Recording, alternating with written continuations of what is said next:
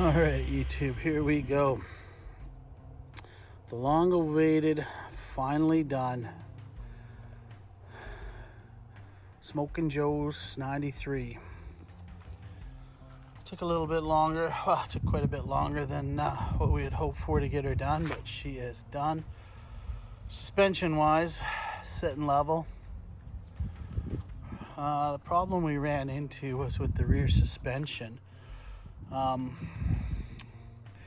If you remember in some of the earlier videos, there was all the shackle, all the spring mounts were completely rotted and disintegrated. So we went with the hog back new mounts. Those things worked out awesome, absolutely awesome.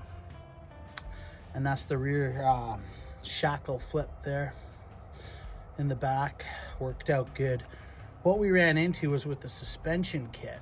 It's a Skyjacker 4-inch lift kit, but unbeknownst to us, apparently you can order these things in different configurations. Like you can order a 4-inch spring, or you can order a 6-inch spring to eliminate the blocks, lifting blocks and whatnot.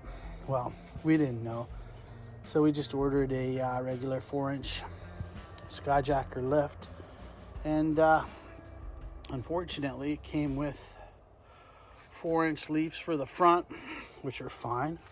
Everything in the front mounted up brilliant, looked good. Problem is, we had a rake, 2-inch rake in the rear.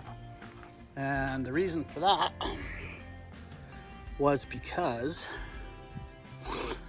we ended up with the kit that had the 6-inch leaves for the rear, and with the front main eye kit from Hogback and the shackle reversal, it ended up giving us literally a 6-inch lift in the rear, you know, but it eliminated all the blocks and everything. And yeah, that looked a little ridiculous with the 2-inch rake. So we went back to the guy that we ordered, the company we ordered the suspension from, and yeah, there's nothing they could do. So we went and sourced, actually, Smoking Joe sourced a set of springs off of Amazon, so we ordered them up. Of course, they were, you know, on the slow boat from you know where. And when they finally got here, or I should say when it finally got here, only one of them came. They didn't manage to charge us for 2, so I phoned up Amazon. I said, what the hell, you guys? And I explained the truck needed to be used, and you know, we needed it for work and whatnot, but they said, no problem, we'll get one out to you. Get another set out to you. I'm like, all right, come on down. Well, another 6 weeks, almost 8 weeks went by. Finally got a spring. Of course, charged us for 2. So I phoned them up again, just at my wit's end here. I'm like, come on, you guys got to sort this mess out. So anyways, they gave us a credit, a little bit of a credit. I mean, it worked out to the same, but just a matter of losing 4 months in time. So as soon as those springs got here, we you know, fitted them up, and well, there you have it. She is sitting pretty, just right. It's a big truck.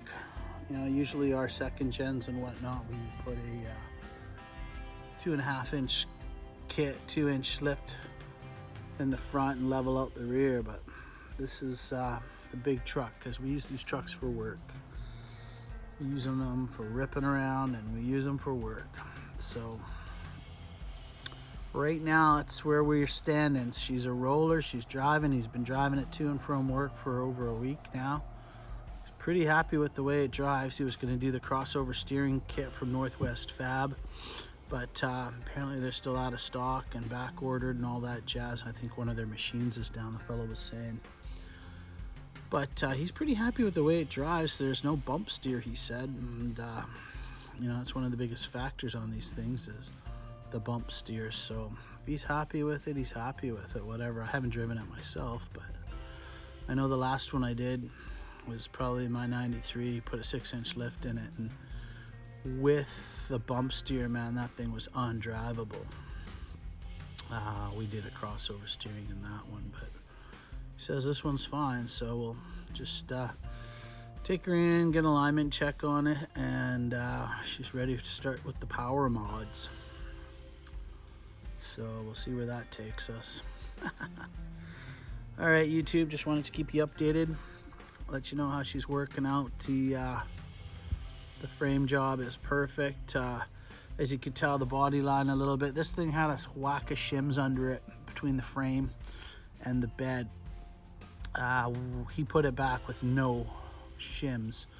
The other side, which you can't see all that great, is where we spliced in that frame section, and that side of the truck and the box, body lines, everything line up dead nuts perfect.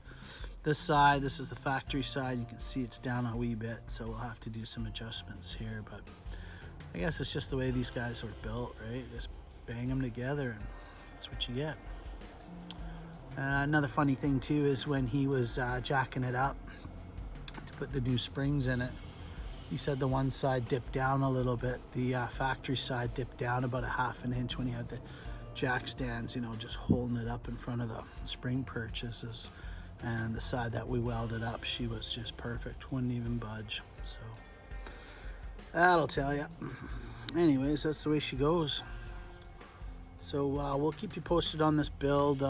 Probably, I think he's just gonna run the body work as it is this summer, and then maybe over winter we'll put some new rockers on it and fix the fenders. I think this fender here has got a little bit of rust on it. It's original steel.